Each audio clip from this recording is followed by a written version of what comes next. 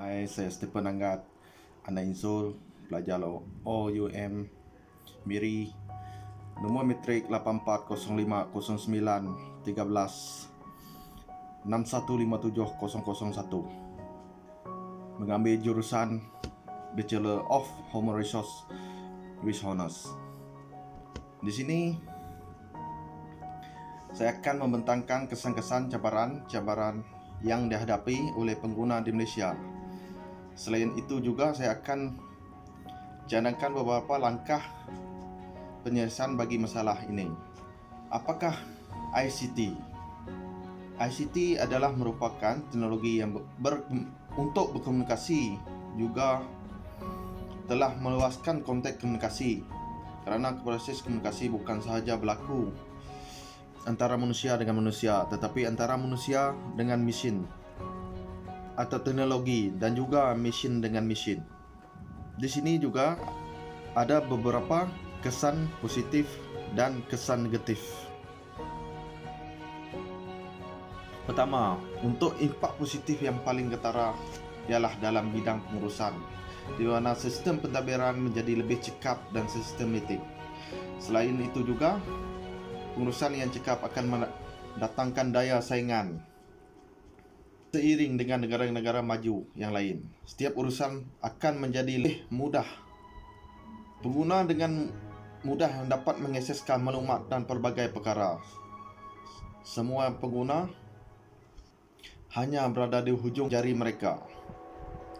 Teknologi maklumat atau teknologi komunikasi dapat membantu seseorang untuk menjalankan kerja atau aktiviti dengan lebih mudah dan berkesan. Kesan positif yang lain, ICT juga dapat meningkatkan hubungan dalam perdagangan. Di sini pengguna dapat membeli barang dari seluruh dunia tanpa mengira masa dan jarak. Pemindahan dapat dilakukan dengan mudah dan cepat. Demikian juga akan merangsang peningkatan ekonomi negara secara tidak langsung. Keadaan ini memudahkan kehidupan harian orang ramai. Mereka tidak perlu keluar ke pasar dan beratur panjang untuk membuat pembayaran bil-bil. Semua ini boleh dilakukan menggunakan pembayaran atas talian. Pertama, kesan negatif ialah jenayah cyber. Jenayah cyber merupakan pelakuan jenayah yang menggunakan sebarang peranti elektronik melalui sambungan perkhidmatan internet yang membolehkan pelaku jenayah dilakukan sama ada ia melibatkan individu atau kumpulan serta mampu menjangkaui batasan dari sebuah negara ke sebuah negara yang lain dalam tempoh masa yang singkat dan tidak terhad batasan. Jenayah cyber atau jenayah maya ini merupakan jenayah yang amat luas, iaitu meliputi penggunaan maklumat dalam komputer, pencurian bukti-bukti peribadi untuk tujuan penipuan kecurian wang. Selain itu juga penyebaran web negatif. Bagi kesan negatif ICT ini, penyebaran web negatif ini lebih kepada alamat web yang tidak bermoral dan tidak berfaedah, yang memberi kesan negatif dalam perkembangan minda fizikal manusia. Ketagihan terhadap laman web negatif mencetuskan kerosakan maruah, nilai kepribadian, hubungan interpersonal dan pembansiran wang serta masa. Kewujudan laman web lucah yang mudah diakses oleh sesiapa terhadap perubahan nilai dan gaya hidup mereka. Penyebaran web negatif ini juga lebih kepada material untuk mendapatkan berkaitan dengan seks begitu mudah dan tersiar internet dengan berbagai dimensi dan ilustrasi pornografi dan chat room yang membicarakan unsur-unsur seksual. Kewujudan berbagai bentuk laman web negatif telah mencabar nilai dan gaya hidup insaniah sebagaimana yang diajarkan oleh agama. Impak yang seterusnya ialah penyebaran fitnah dan gosip. Kemudahan melalui ICT sering disalahgunakan untuk kepentingan peribadi. Gejala utama yang selalu dikaitkan dengan teknologi ICT ialah penyebaran fitnah dan gosip. Ialah satu pihak bagi tujuan memburukkan, memalukan, menjatuhkan pihak lain. Fitnah disebar menggunakan alamat web internet, contoh seperti WhatsApp, Facebook, Twitter, SMS, MMS dan media lain selain daripada yang disebut. Hal ini mencabar etika dan tata sila hidup masyarakat. Menurut semua agama di Malaysia, penyebaran fitnah adalah satu jenayah yang sangat besar. Fitnah juga memberi kesan terhadap maruah dan kedudukan seseorang individu serta keluarga. Seterusnya, kesan negatif iaitu aktiviti perjudian, di mana kita yang dapat tahu aktiviti perjudian ini banyak dilakukan di atas talian, dan ini juga berkaitan dengan ICT. Perjudian di atas talian dan merupakan judi yang dilakukan secara online melalui komputer, telefon bimbit atau tablet dengan akses dengan internet. Di sini saya menerangkan cetak rompak ini bermaksudlah satu pencabulan hak cipta yang bermaksud pengguna bahan yang dilindungi oleh undang-undang hak cipta tanpa izin, iaitu mencabuli salah satu hak eksekutif pemilik hak cipta asli, seperti hak untuk mengeluarkan semula atau menjalankan kerja yang diciptanya itu. Hak cipta ini adalah sejenis harta intelektual di mana ia boleh wujud dalam pelbagai kerjaan kreatif. Hasil kerja intelektual ini atau berseni ia termasuk gubahan muzik, filem, drama, rakaman audio, perisian dan sebagainya. Dan untuk cabaran yang dihadapi oleh pengguna yang kedua adalah penipuan berbentuk kewangan secara terlindung. Penipuan dalam bentuk kewangan ini telah semakin merebak dan semakin ramai mangsanya. Penipuan yang bermotifkan kewangan ini dilakukan dengan banyak cara. Di antara contohnya, tawaran hadiah tertentu kepada seseorang kerana telah terpilih berdasarkan sesuatu sebab. Misalnya, alamat email anda bertuah melalui pilihan rambang. Ini selalu terjadi kepada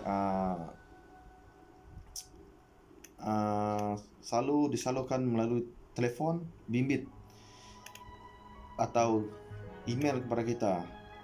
Ini dinamakan scammer. Kerjasama dengan pengurusan membawa keluar dana-dana tertentu dalam jumlah besar, dan juga kategori yang lebih kecil jumlah, seperti anda telah menerima sebuah kotak hadiah tetapi mesti membayar, iaitu melalui pindahan bank atau kad kredit sebelum hadiah itu sampai ke tangan kita. Walaupun kadang-kadang mangsa terasa bahawa ia mungkin ditipu, tapi kadang-kadang penipuan terselindung ini amatlah licik untuk menipu mangsanya. Cabaran yang dihadapi pengguna yang ketiga adalah masalah sosial di kalangan remaja dan belia. Gejala sosial merupakan masalah yang sering dibicarakan dalam komuniti hari ini. Ia tidak lagi melanda masyarakat membangun tetapi telah melanda masyarakat sedang membangun, seperti Malaysia. Masalah ini timbul adalah berpunca daripada sikap golongan dewasa yang membina institusi keluarga atas nilai yang rapuh, kemudian melahirkan anak-anak dalam bahan kepanasan dalam luaran rumah tangga. Salah ini tanpa mengenal simpati telah melanda kawasan bandar. Demikian juga kawasan setinggan. Banyak pihak pening kepala dengan memikirkan mencari jalan penyelesaian terhadap permasalahan ini. Masalah sosial ini terdiri daripada bermacam-macam jenis, iaitu pengambilan dadah, gangsterism, pengambilan alkohol, lari pada rumah dan bermacam-macam lagi. Dan ini mulai menyebabkan pasangan akan terjebak kepada maksiat. Contoh seperti pergaulan bebas. Bila ada pergaulan bebas dan akan berlakunya menyebabkan berkawan menggugurkan kandungan, terjadinya akan melahirkan anak luar nikah, buang bayi dengan dan sebagainya.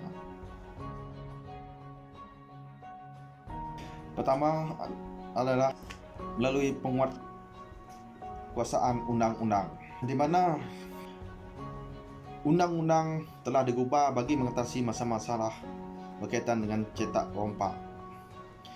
Di antara akta-akta yang diperkenalkan tersebut ialah seperti Akta Hak Cipta 1987,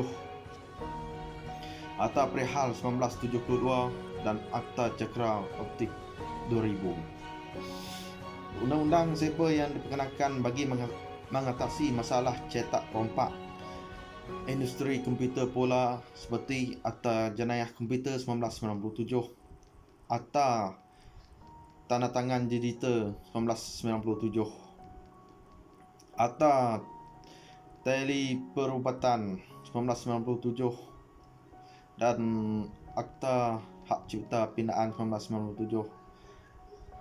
Ini adalah salah satu badan kerajaan yang bertanggungjawab dalam bidang kuasa ialah Kementerian Perdagangan Dalam Negeri dan Al-Ehwal Pengguna, KPD NHEP. Penguatkuasa yang tegas dalam undang-undang tersebut penting untuk mencegah unsur-unsur kegiatan ini di Malaysia. Tindakan yang sewajarnya perlu diambil terhadap seseorang dan organisasi yang terlibat dalam kegiatan cetak rompak tanpa mengira latar belakang, pangkat maupun kedudukan mereka.